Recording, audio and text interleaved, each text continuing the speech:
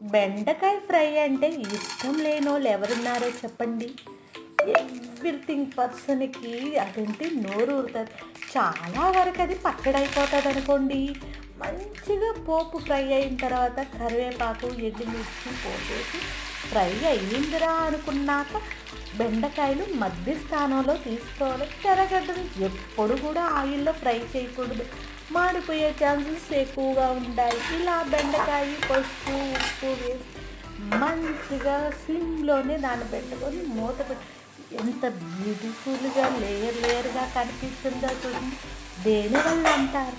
మధ్య స్థానం బెండకాయ తీసుకున్నాం కదా అందుకు. దీంట్లోనే ఒక గుప్పుడు కొత్తిమీర కట్టి కారప్పొడి కొట్టండి. అద్భుతహ అన్నట్టు ఉంటుంది. వీటిలన్నిట్లో సిమ్‌లోనే ఫ్రై చేసుకున్న తర్వాత మళ్ళీ మూత పెట్టండి. ఎంత బ్యూటిఫుల్‌గా లేయర్ లేయర్‌గా ఉంది.